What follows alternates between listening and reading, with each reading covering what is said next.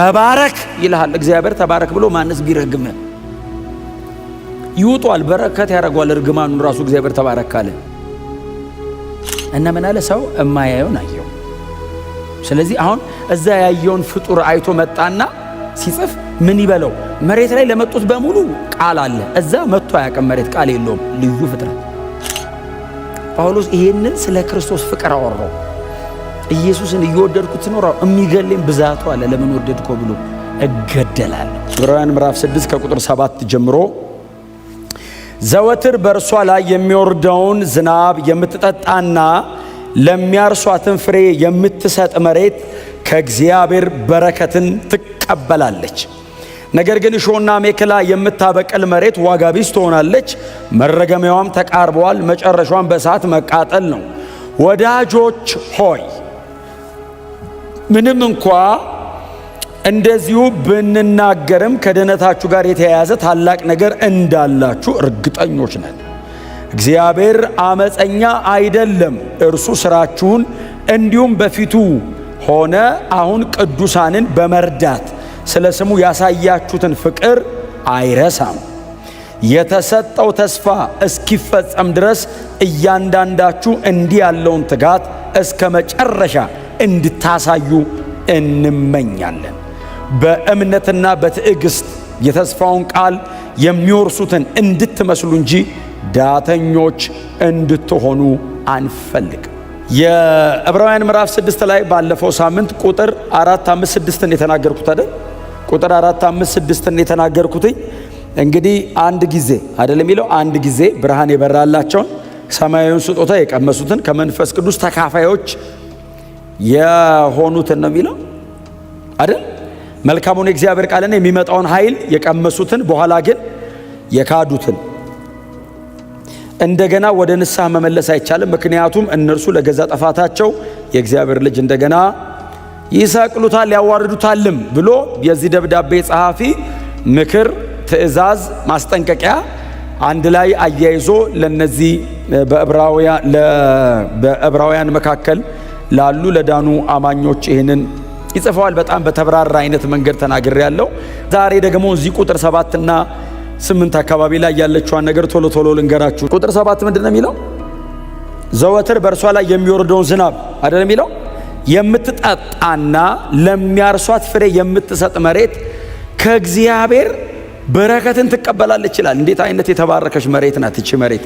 የሰው ልብ ነው አፍተሮል፣ ያው በመሬት የሚያቀርበው የሰው ልብ ነው። ጌታችን ኢየሱስ ክርስቶስ ምድር ላይ ባገለገለባቸው በነዛ 3 ዓመት ተኩሎች ከሚያስተምራቸው ትምህርቶች መካከል የእግዚአብሔርን ቃልና የሰው ልብ ደግሞ እንደ መሬት ወይንም እንደ መልካም መሬት በተለያዩ አይ ቲንክ በ4 አይነት መሬቶች መስሎ የሰው ልብ አቅርቦት ያውቃል። የእግዚአብሔር ቃል ጄኒውን ነው። የእግዚአብሔር ቃል መልካም ነው። የእግዚአብሔር ቃል ዘላለማዊ ነው።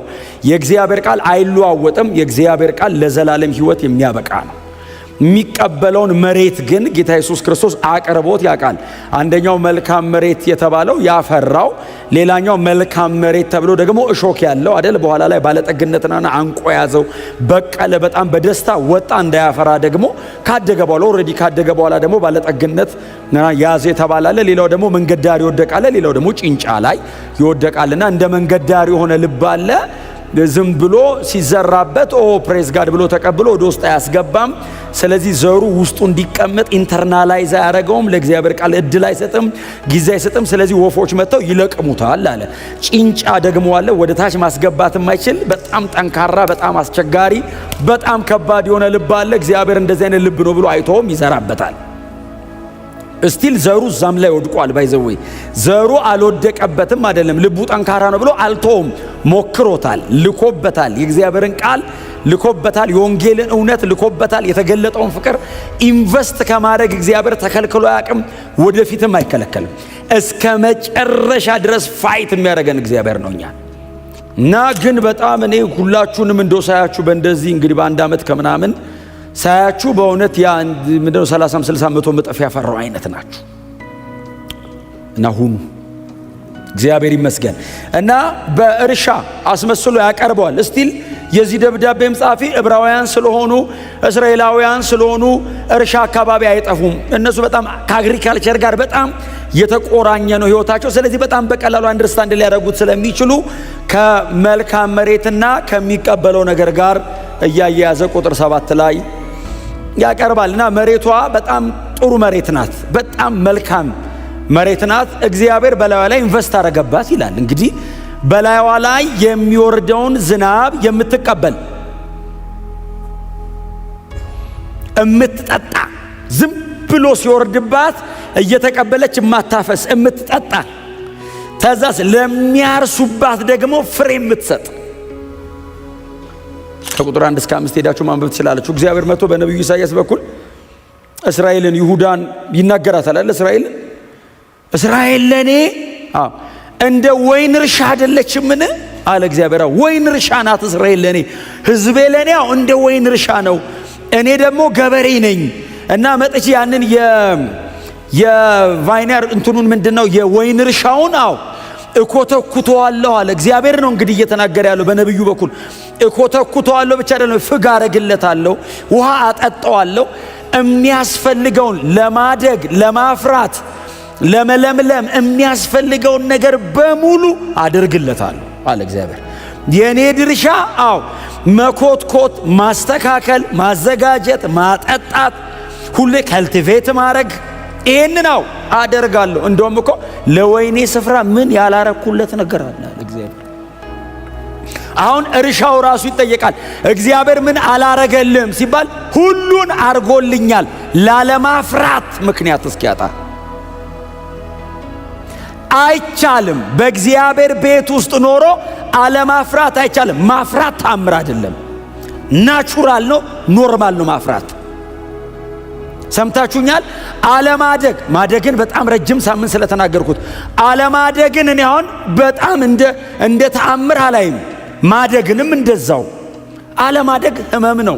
አለማደግ ልክ አይደለም። አለማደግ ጤንነት አይደለም። የማያደግ ነገር መሞት የጀመረ ወይንም የሞተ ነው። ማደግ ናቹራል ነው። ተቀብሎ መመለስ ናቹራል ነው።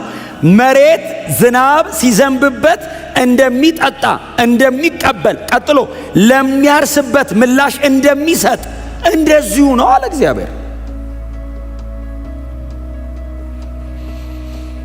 ኢሳይያስ 55 ቁጥር 10 ትዝ ይላችኋል።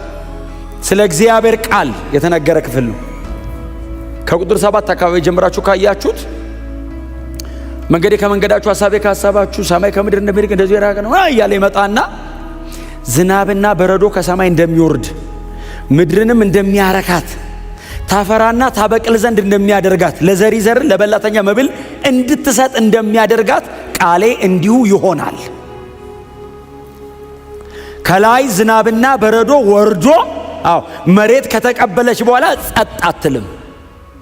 ለሚዘራ ዘርን ለበላተኛ መብልን ትሰጣለች አለ። ከዛስ ቃሌ እንዲሁ ነው። የእግዚአብሔር ቃል በምን ተመሰለ? በዝናብና በበረዶ ከሰማይ በሚወርድ ሕዝቡስ በመሬት ዝናብና በረዶ ወርዶባት መሬት ካፈራች፣ ይሄ ዝናብና በረዶ ከሰማይ ወርዶ ውሃ ፈሶ መሬትን ፍሬያማ ካረገ ጄኒውን የሆነ ኮራፕትድ ያልሆነ ዘላለማዊው የኔ ቃል መጥቶ እንዴት አያፈራም?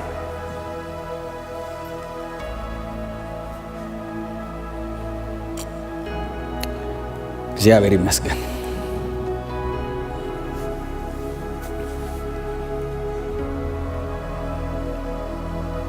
ዕብራውያን ይገባቸዋል። በዚህ ከላይ ጀምሮ ተያይዞ እየመጣ ያለ ሐሳብ ስለሆነ ይገባቸዋል። የሚቀጥሉትም ቁጥሮች ላይ 9ና 10 ከዚህ ጋር የተያዘ ሐሳብ ነው። በደንብ አንደርስታንድ ኮንቴክስቹዋሊ አንደርስታንድ ያደርጉታል እነሱ። እናንተም አንደርስታንድ እንደምታደርጉት ተስፋ አደርጋለሁ ስለምን እየተወራ እንደሆነ። ምክንያቱም ከላይ እየተወራ ያለው የነበረን ነገር ስለ መካድና ስለ መተው ነው። ስለዚህ አሁንም ሬዚስት እንዳያደርጉ ደግሞ ሜታፎሪካሊ በሌላ መንገድ ደግሞ መጥቶ እያስረዳ ነው ይሄ ሰውዬ። አሁንም ስቲል እያስረዳቸው ነው። የመጀመሪያው አልገባንም፣ ትንሽ ጠጠር አለብን፣ ጠንከር አለብን ሲሉ ናቹራሊ እስራኤል የምትታወቀው በእርሻ ነው። እርሻ ማያውቃል እናንተ ማል ይላቸዋል። የለም በእርሻ አይደል እንደ ሀገር እስከ ዛሬ ድረስ በእርሻ በጣም እኮ ነው የሚታወቁት። ታዲያ አሁን ደግሞ በዚህ መንገድ ላስረዳችሁ። ጎናችሁ አርሶ ለእግዚአብሔር ቃል ምላሽ ስጥ በሉት። እግዚአብሔር ገበሬ ነው። እግዚአብሔር ገበሬ ነው። የእርሻ ባለቤት ነው። እግዚአብሔር ገበሬ ነው። ምናልባት ለእናንተ በጣም በቀላሉ እንዲገባችሁ ዮሐንስ 15 ሁልጊዜ የምናወራው የእግዚአብሔር ቃል ክፍል ነው። ዮሐንስ 15 እግዚአብሔር ገበሬ ነው። መጽሐፍ ቅዱስ ላይ እናንተ እርሻ ናችሁ ካለ እግዚአብሔር ገበሬ ነው። ስለዚህ እግዚአብሔር እኔ ገበሬ ነኝ አለ። ገበሬ ሁሌ ምንድነው? ፍሩት ኦሪየንትድ ነው። ገበሬ ፍሬ ፈላጊ ነው። ባይዘወይ ለፍቶ አላህ ገበሬ ፍሬ ሲፈልግ ባይዘወይ እንደ ውለታ እየቆጠረ አይደለም ፍሬ የሚሰበስበው። እንዴት የተባረከ ነው እያለ አይደለም የሚሰበስበው። ለፍቼ ይባላለሁ እና ባታፈራ ነው የሚጨነቀው። ስለዚህ ፍሩት ኦሪየንትድ ነው ገበሬ። እግዚአብሔር አብ ገበሬ ነው፣ ፍሬ ፈላጊ ነው። ህዝቡ መሃል ይመጣል። ለምን? የለፋውን ልፋት ያውቃል። ግንድ ደግሞ አለ። ግንዱ ደግሞ ኢየሱስ ነው። አሁን እኮ እንደ እግዚአብሔር ያለ ማንም የለም። በእውነት ነው የምላችሁ። ኢየሱስ ደግሞ ግንድ ነው። እኔ ገበሬ ነኝ አለ እግዚአብሔር። አዎ ግንዱ ደግሞ ልጄ ነው አለ። እና እናንተ ደግሞ በግንዱ ላይ ያላችሁ ቅርንጫፎች ናችሁ አለ። አዎ ስለዚህ እኔ እግዚአብሔር መጥቼ ልጄ ላይ ግንዱ ላይ አምጥቼ አጣብቂያችኋለሁ አለ። አይሁዳውያን ሲያነቡት ቀጥታ የበቀሉ ናቸው ግንዱ ላይ። እኛ አሕዛቦች ስናነበው ትራንስፕላንት ተደርገን ነው። ወይራው ነው ግንድ ላይ ተጣብቆ የወይን ያፈራው። እኔን ትራንስፕላንት ነው ያደረገኝ። አይሁዳዊስ በፍጥረቱ አይሁዳዊ ነው። የዘር ግንዱ ከኢየሱስ ጋር ይገጥማል። ላይኔጁ የዳዊት ልጆች ናቸው። እኔስ ሙልጭ ያልኩ ኢትዮጵያዊ ነኝ። አይሁዳዊ በአብሮን ያደገው እላዩ ላይ ነው የወጣው። የገዛ ወገኖቹ ተብለዋል። እኔስ ይሄን እንደውም እኔ ብዙ ጊዜ እኮ እናገራለሁ። ሜቶክና ኮይኖን ያያልኩ እኮ እናገራለሁ። እግዚአብሔር ወደ ምድረ በዳ ሄደ ነው አይደል? አሁን የሮሜው ትምህርት እኮ እግዚአብሔር ወደ ምድረ በዳ ሄደ። ምድረ በዳ ሄደና ወይራ መሃል ገባ እግዚአብሔር። ባለፈው እኛ እኮ እንትን የምድረ በዳ ነን። የበረሃ እንትን ነው እኮ ወይራ ሄዶ አርጎ ይዞ መጣ። እንደ ግራር ቀንጥሶ ይዞን መጣ። ከዛ የወይኑ ግንድ መስቀል ላይ ተሰቅሏል እና ጎኑ ተበስቷል በጦር ደሙ ይወረድና ትኩስ ነው እና ያንን ቀንጥሶ ያመጣውን የወይራ ቅርንጫፍ አምጥቶ እዚህ ትኩሱ ላይ እንደዚህ ያጣበቀው። ከዛ ግጥም አድርጎ አሰረውና ትራንስፕላንት ያደረገው። ወይራው የወይን አፈራ። አለማፍራት አትችልም። መሬቱ በጣም ፈርታይል ነው። ግንዱ ኢየሱስ ነው። አሁን እግዚአብሔር ከመሬትም ከግንድም ጋር ጨርሷል። ግንዱ መስቀል ላይ ሞቶ አስደስቶ ጨርሷል። እግዚአብሔር አልቲሜትሊ ደስ ብሎ ጨርሷል በኢየሱስ። ምን አይነት ነው ተብሎለታል ኢየሱስ። አብ ከሰማይ እንደዚህ ደስ ሊያሰኘኝ የሚችል አልነበረም፣ ወደፊትም አይኖርም፣ ጨርሻለሁ ደስታዬን አለ እና ከግንዱ ጋር እግዚአብሔር ዲል አድርጎ ጨርሷል መስቀል ላይ። ከማጋ ነው ከዚህ በኋላ የሚያወራው? ከቅርንጫፍ ጋር።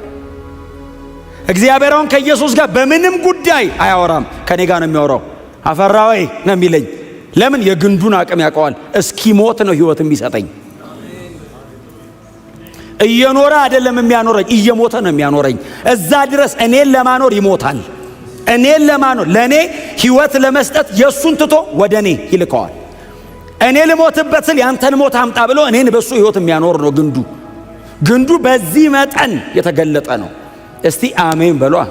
የክርስቶስ የመስቀል ሥራ እንዲህ ከአብ ቀኝ እስከ ሲኦል እኮ ነው የወረደው እኮ። በጣም ብትወጡ ከአብ ቀኝ በላይ አትወጡም። በጣም ከወረዳችሁ ከሲኦል በታች አትወርዱ። መሀል ነው የምንጫወተው። ፍቅሩ ጥግና ጥግ ነክቷል። እስቲ አሜን በሏ። እንዴ ከፍታ አይደል? በማቴማቲክስ እኮ ነው ጳውሎስ እኮ በመንፈሳዊ ቋንቋ እንዴት ያብራራው እና ማቲንክ ኤፌሶን ትንሽ የተማሩ ናቸውና በሂሳብ ከፍታው፣ ስፋቱ፣ ርዝመቱ ያው እኔ ሁሌ የሚገባኝ እሱ የኤፌሶን 4 ኤፌሶን 3 ሁሌ የሚገባኝ በአራት ወንጌላት ነው። ከፍታው ዮሐንስ ወንጌል ነው፣ ዝቅታው ማርቆስ ወንጌል ነው፣ ርዝመቱ ማቴዎስ ወንጌል ነው፣ ስፋቱ ሉቃስ ወንጌል ነው። ከፍታው ዮሐንስ ወንጌል ነው አይደል? ከሰማይ ወደ ምድር አይደል ዮሐንስ ወንጌል አይደል? በመጀመሪያ ቃልም እግዚአብሔር ነበረ። ትራንሴንደንት የማይደረስበት ምጡቅ የዘላለም አምላክ ማንም ሊደርስበት አይችልም። አይ ቲንክ ግሪካውያን ናቸው የሚጠቀመው። በጣም ክላሲካል ግሪክ ነው። ኖርማሊ ኮይኒ አይነት አይደለም። በጣም ክላሲካል ነው። ስለዚህ ሰማይ ያስነካዋል ሲጀምር እና ማንም ሊደርስበት አይችልም። እንደ ንስር ነው ወደ ላይ በጣም ሩቅ ነው ሲሉት ቃልም ሥጋ ሆነ አይደለም የሚለው ይሄ አምላክ ነው ብሎ ከሰማይ ከደመና በላይ ያኖረውን አምላክ ሥጋ ሆነ ብሎ በመካከላቸው ኢተርኒቲን ሂስትሪ ውስጥ ከተተው እና ከፍታው ከላይ ወደ ታች ወረደው ዮሐንስ ነው። በጣም ዝቅታው ማርቆስ ወንጌል ነው። ማርቆስ ወንጌል ላይ ያለው ኢየሱስ የእግዚአብሔር አገልጋይ ነው። ማርቆስ 10:45 አይደል የማርቆስ ወንጌል ዋና መቀመጫ። የሰው ልጅ ሊያገለግል እንጂ ሊገለገል አልመጣም አለና እንደውም ነፍሱን ለብዙዎች ቤዛ አድርጎ እስኪሰጥ ያገለግላል አለ። እግር ማጠብ ብቻ ሳይሆን ሲያገለግላቸው እስኪሞትላቸው ነው የሚያገለግለው። እንደዚህ አይነት አገልጋይ ታይቶ አያውቅም። እየሞተ ሁሉ ያገለግላል ተብሎ በጣም ዝቅታው ነው። ርዝመቱ ደግሞ የማቴዎስ ወንጌል አይደለም። ክራይስት እኮ ማቴዎስ ወንጌል ላይ ማን ኦፍ ስክሪፕቸር ነው፣ የመጽሐፉ ሰው ነው። እና ኢየሱስ ማቴዎስ ወንጌል ላይ ብሉይ ኪዳንን ነው ወክ የሚያደርገው አይደል? ከዛ ከዘፍጥረት ጀምሮ እስከ መጣበት ድረስ ያለውን እንዲህ የሚለው ቃል ተፈጸመ፣ እንዲህ ያለው ቃል ተፈጸመ የሚለው ማቴዎስ ወንጌል ማን ኦፍ ስክሪፕቸር ነው። ወደ ኋላ ብታየው ርዝመቱ ርዝመት እንዳይመስል፣ ስፋቱ ደግሞ የሉቃስ ወንጌል ነው። ለሰው ሁሉ የተገለጠ የእግዚአብሔር ማዳን የተባለበት ዩኒቨርሳሊ ኢየሱስ አይሁድን ብቻ ሳይሆን ዓለምን እንደሚያድን የተገለጠው ሉቃስ ወንጌል ላይ ነው። የአሕዛብ ወንጌል ነው ስፋቱ ሉቃስ ወንጌል። ማን ያመልጣል ከዚህ? እና እግዚአብሔር በዚህ መጠን ነው ልጁን የሚያየው። እንደዚህ አይነት ግንድን ያለኝ ይላል። አዎ ምን አይነት እድለኛ ቅርንጫፍ ነኝ። ለማፍራት ምንም አልተጠየኩም፣ ግንዱ ላይ መኖር ብቻ ነው የተጠየኩት። ተጓተት አላለኝም። ግንዱ ሆይ እባክህ እባክህ አልልም። መስቀል ላይ ሞቶ ዝርግፍ አድርጎታል ላይ ያልፈሰሰ ጸጋ የለም፣ ያልወረደ መንፈስ የለም፣ ያልተሰጠ ትምህርት የለም። እዚህ ውስጥ the whole counsel of God አለ። እግዚአብሔርን ከፈለከው ኢየሱስ ውስጥ አለ። ጸጋ ከፈለክ ኢየሱስ ውስጥ አለ። ምንም ነገር አለ። ግንዱ የሚነራል ችግር የለበትም። አንተ ማደግ ከፈለክ እስከ መጨረሻ የሚያሳድግ ብቃት ይሰጣል። በኋላ ላይ ነው አላፈራ ካለ ምናምና ያለው እንጂ ቁጥር 7 እኮ ትግሉ ምንድን ነው? ከእግዚአብሔር ዘንድ የተባረከች ናት እቺ መሬት። የመጀመሪያው ዘላለማዊ የእግዚአብሔር ፕሮግራም ምንድን ነው? ኢየሱስ ላይ ተጣብቄ በክርስቶስ ፍቅር ውስጥ ሆኜ እግዚአብሔርን ደስ እያሰኘው እንድኖር። አለማፍራት አይቻልም። ባላፈራስ የሚባል ኦፕሽን የለም። ካላፈራ በሕይወት የለም። ማፍራትስ ውለት አይደለም ለእግዚአብሔር። እየኖርክ ነው ማለት ሕይወት አለ ማለት ነው። አንዳንድ ሰው በጣም ሲጸልይ ይገርማቸዋል። ለእግዚአብሔር ስል ለራስህ ነው ለራሴ እኔ በጸልይ ለራሴ እኔ አንዳንድ ጸሎታውን ስትመጡ ብዙ ነገር አይዛችሁ ሆነ ሊያስቀር የሚችል ውጊያ ምናምን አይጠፋም፣ ክፉ ሰው አይጠፋም። እንዲሁም ደግሞ የወደቀ ዓለም ስለሆነ ደግሞ ኮራፕትድ ነው እንትኑ የሆነ ነገር ቸግቷል። አልፈ መተ ስትመጣ ምንድነው እያሰብክ የምትመጣው? እኔ ለጌታ ስል እንትኑንም ተውኩት ለጌታ ስል። ከዛ መተ ስትንበረከክ አባቴ ዛሬ ብቀር ኖሮ ትላለህ። ውለታው ይጠፋብሃል። ጎናቸው አሉት እንኳን ከጌታ ጋር ሆንክ እንኳን እዚህ ኖርክ በሉት። እንደዚህ አይነት 1 ሚሊዮን ስብሰባ ሊኖር ይችላል ዓለም ላይ። ይሄ ምንድነው የሚለየው? በጣም ቆንጆ አዳራሽ ነው አይደለም። ለቸርች ጥሩ ሊሆን ይችላል፣ ወንበሩ በጣም ላይመች ይችላል። እሱ አይደለም ልዩነቱ። የምንወደው ሰው አጠገባችን አይደለም። መንፈስ ቅዱስ አለ መሃላችን። የእግዚአብሔር መንፈስ አለ። እዚህ ህልውና ውስጥ መኖር፣ ከጌታ ጋር መሆን። እኔ ምንድነው ቫልዩ የምታረግ? ከጌታ ጋር መሆን። እንዴ መንፈስ ቅዱስ ከሌለ የክርስቶስ ሕይወት ከሌለ እንደ ቸርች አሰልቺ ነገር አለ እንዴ? እማይገባ ጸሎት ረጅም ሰዓት፣ እማታውቀው መዝሙር ረጅም ሰዓት፣ እማይገባ የዘላለም ሕይወት እየተባልክ ትማራለህ። እኔ አንዷን ወር እንዴ ልጨርሳት ለሚል ሰውዬ በጣም ሁሉ የሚያሰለች። ስትነካስ ሲበራልስ ጾም ጸሎት አለ ሲባል ሮጠህ መተህ የሚያጸልዩ ሰውዬ ሳይመጣ ከዛ 7 ሰዓት ሲያልቅ ምን ነው አጣራ ተነክተህ ነው። ረጅም ነው አጥሮ አይደለም። የነካ ነገር አለ የሚፈነቅለ። እስቲ አሜን በሏ። ብትደክም ትበረታለህ። ባይዘው ከተነካ ኃይል ብታጣ ይሰጥሃል። የሆነ መንገድ ብትወድ ብድግ ያረጋሃል። የተነካ ሰው ኖሮ ሊሞት ሲል ይመለሳል። ሮሜ 8 ላይ ላንብብላችሁ። የክርስቶስ ፍቅር በጣም ፌቨራይት ቴክስት አይደል? ሮሜ 8:35 ጀምሮ ከክርስቶስ ፍቅር የሚለየን ማን ነው? አይ ቲንክ ጳውሎስ ቆሞ እየጠየቀ አይመስላችሁም?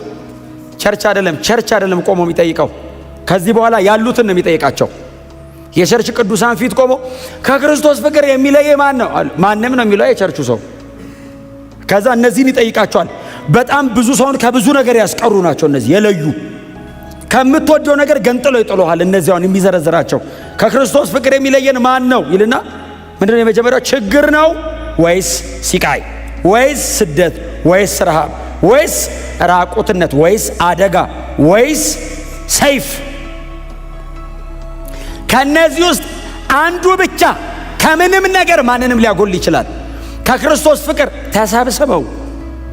አሁን ጳውሎስ በተናጠል አይደለም የጠራቸው፣ ግር አድርጎ እኮ ነው የጠራቸው። ሰይፍ ሲል አቤት ይላል። ችግር ሲል አቤት፣ ሲቃይ በሙሉ መጡ። ስለ አንተ ቀኑን ሙሉ ከሞት ጋር እንጋፈጣለን፣ እንደሚታረዱ በጎች ተቆጠረን። ይሄ ትክክለኛ ቃሉ ያለው መዝሙር 44:22 ላይ ነው ያለው። ባይዘው መዝሙር 44:22 ላይ ቀጥታ ቃሉ ስለ አንተ ቀኑን ሙሉ እንገደላለን የሚለው ቃል ዳዊት ያለው ነው። ባይዘው ሳውል ስንቴ ነው እናቴ የመጣ እሱ ዋሻ ውስጥ ቁጭ ብሎ እኮ በር ላይ ይመጣል ሳውል። ልጄ ዳዊት ይሏል። ዳዊት ቁጭ ብሎ ዋሻ ውስጥ በር ላይ ነው ባይዘው ሳውል። ሰራዊት ይዞ ነው የሚመጣው ዳዊት ብቻውን ከእግዚአብሔር ጋር። ልጄ ዳዊት ይለው ዳዊት ውስጥ ቁጭ ብሎ በእኔና በሞት መሃል አንድ እርምጃ ቀረ የሚል ከህይወት የተወሰደ መዝሙር ኑሮ ነው። አንድ ቀን በሳውል ልጅ እጠፋለሁ ብሎ ይፈራ ነበር የሚል ቀለምባቸው። ስለዚህ ሲጽፈው ቀኑን ሙሉ ስላንተ እንገደላል፣ እየሞትኩ ነው የምኖረው አለ ጳውሎስ። ይሄንን ስለ ክርስቶስ ፍቅር አወራው። ኢየሱስን እየወደድኩት ትኖራው የሚገለኝ ብዛቱ አለ። ለምን ወደድኮ ብሎ እገደላለሁ። መቼ? ቀኑን ሙሉ ድንገት የሚመጣ ያገኘኛል። ከጧት እስከ ማታ በገዳዮቼ መካከል ነው እየወደድኩት የምኖረው። እንዳይገሉኝ ብዬ አልፈራም፣ ይግደሉኝ ሲፈልጉ ከመውደድ አልጎልም ነው። ከዛ ቀጠለ ምንድነው የሚለው? ቁጥር 37 ሲጀምር ምንም አይለየንም ብሎ ደግሞ ጀመረ። በጣም ሶሊድ የሆነ በጣም የሚዳሰስ የእግዚአብሔር ቃል። አሁን በእውነት በዚህ እውነት ላይ በእንደዚህ አይነት ፊርም ስታንድ ላይ ያለ ሰው ወንጌል መስበክ የለበትም፣ መናገር የለበትም። እንደዚህ አይነት ፍቅር ኤክስፔሪየንስ የሚያደርግ ሰው መዘመር የለበትም፣ መጸለይ፣ መጮ እየተንከባለለ እያለ ማመስገን የለበትም። ሲያንሰው ነው በእውነት ለጌታ መሞት ያምራቸዋል። ይሄ ሲጋዎች መኖር እኮ አይደለም በሞትለት ራሱ ትንሽ ጋብ ካረገልኝ ይመልሰዋል አይደለም። እንዲሁ የኔና እንትን ይሄ የሚያንገበግበኝ ትንሽ እንደው ኖራ እኮ አትረካም። ምንም አይለየንም ይልና ከዛ ምንድነው የሚለው? በዚህ ሁሉ ግን በወደደን በእርሱ ካሸነፍ። በዚህ ሁሉ ግን ማለት ምን ማለት ነው? ቱ ዘ ሚድስት ማለት ነው። ይሰባስባቸው ዙሪያውን ይንጫጫሉ። ሲቃይ፣ ሰይፍ፣ መከራ፣ ስደት፣ ሞት ሲንጫጩ፣ በዚህ ሁሉ ግን መሃላቸው ቆሞ እኮ ነው በወደደን በእርሱ ከአሸናፊዎች። ምን ማለት ነው? እነዚህ የተጠቀሱት ሻምፒየንስ ናቸው።